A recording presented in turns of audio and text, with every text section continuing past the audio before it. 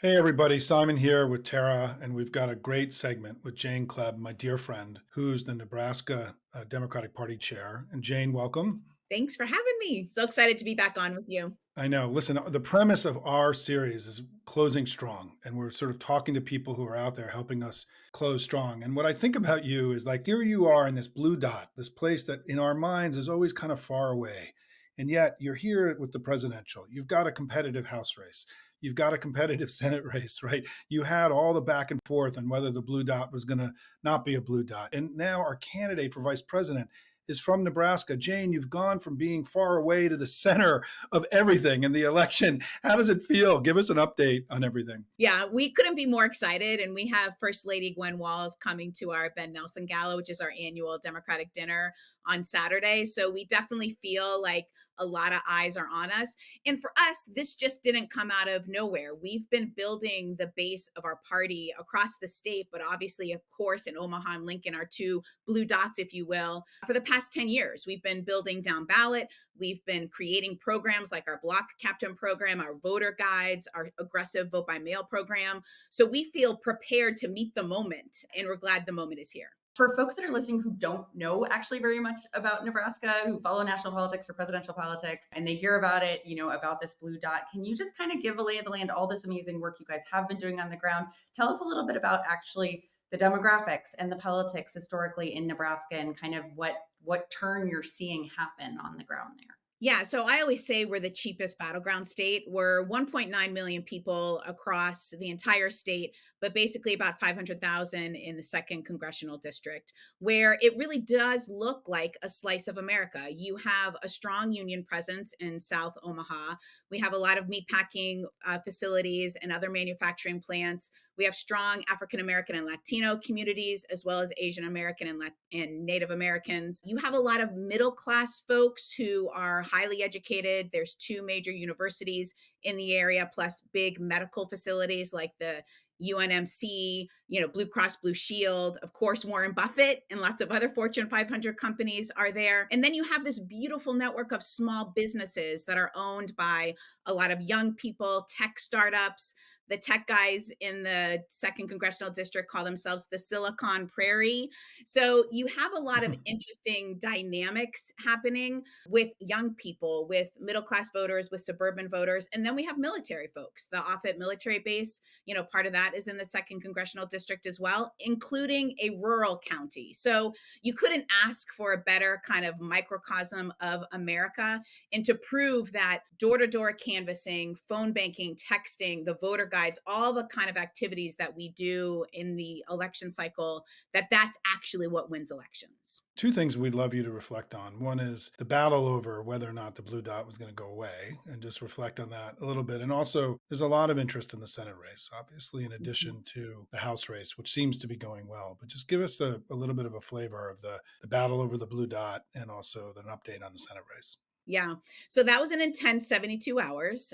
Senator Mike McDonald used to be a Democrat and was for several decades. He is a union leader, has a lot of shared values with the Democratic Party. There was major division within the party over trans rights and abortion access. He sided with the Republicans on both of those issues and decided to become a Republican.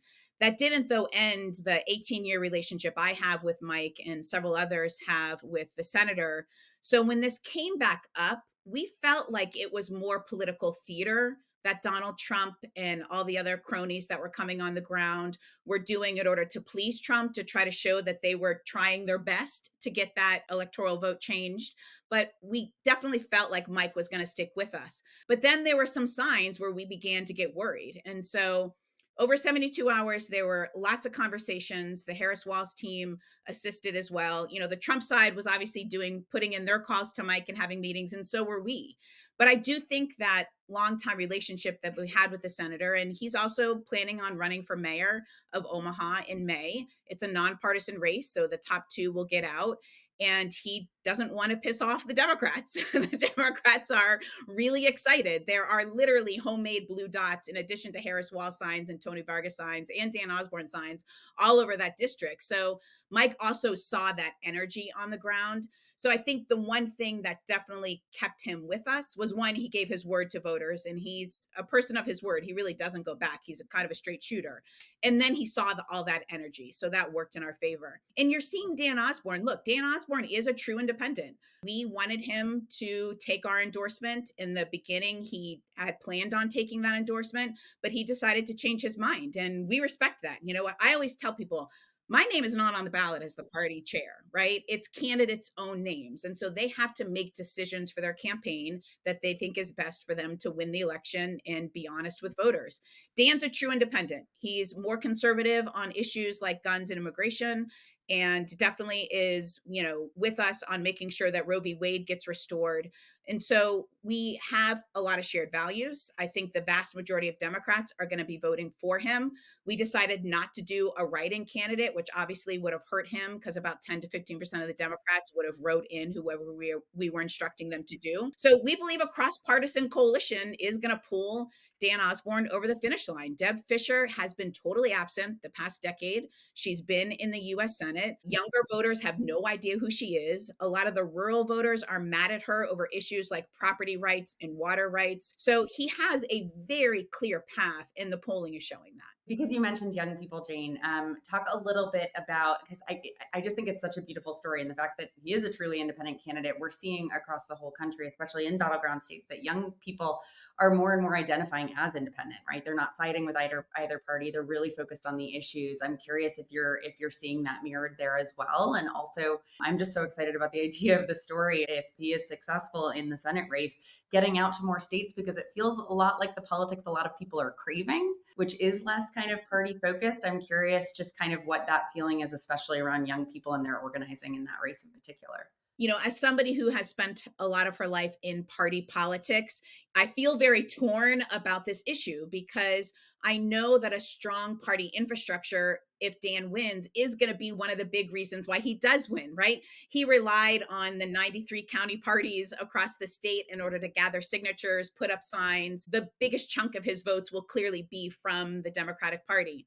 And when I became chair, we changed our party rules to allow independents to vote in our partisan primary elections. We really do believe the reason we won Keystone XL, the reason we increased the minimum wage, the reason we got Dreamer's driver's license. I mean, the list is really long of progressive wins that have happened in Nebraska. It's been because the Democrats have joined hands and opened our doors to independents and Republicans who don't like the extremes of a Trump or a Tea Party Republican Party. So independents are definitely growing. In our state, we have about 35% Dems, 20% independents. We know if we join forces that we definitely do win elections, and you see that down ballot. Our party's gone from 500 Democrats elected to over 900 Democrats elected since I've been chair, because we have formed that coalition. I think that coalition is also going to be why Harris and Walz win the blue dot electoral vote in the 2nd congressional district, and why Senator Tony Vargas is going to win. And I will say that, we couldn't do any of this. Like, we have a Young Dem organizer now. We've dedicated almost $20,000 just to Young Democrats organizing. We couldn't do any of this without the folks who subscribe to Simon's podcast and newsletter. The reality is, we've raised $220,000 into our party so we can run real grassroots party infrastructure.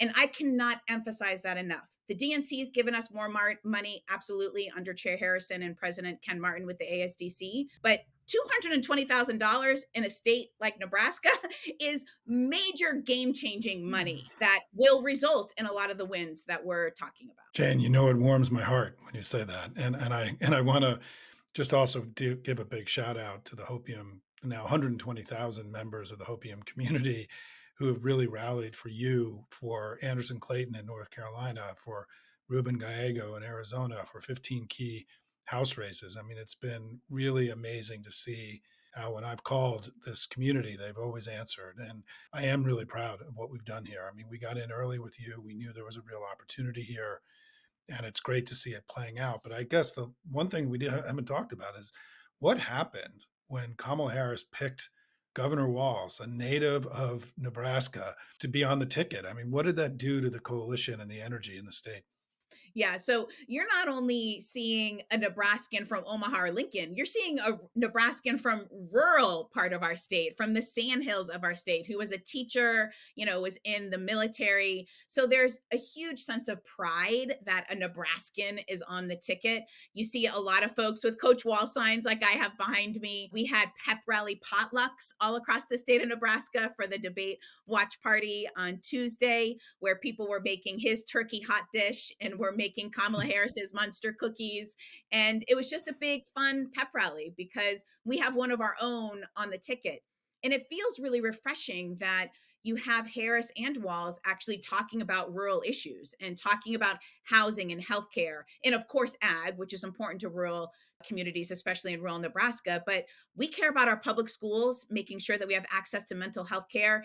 And when they put out their rural policy paper, it wasn't only focused on ag. It definitely talked about that in a lot of the key components of ag, including crop subsidies that Trump wants to do away with. But it also made sure that it was covering the whole part of rural communities, which is small businesses and healthcare and mental health care and our public schools. So we are proud, as you can tell. And, we're really proud that we're going to be hosting First Lady Gwen Walz. She was also a teacher in rural Nebraska. So, we feel all this momentum. And when I talk to my staff or the volunteers or the party leaders, they're like, this is literally what we've been working for the past 10 years. All of those late nights, long road drives on dirt roads, all of that is in this moment.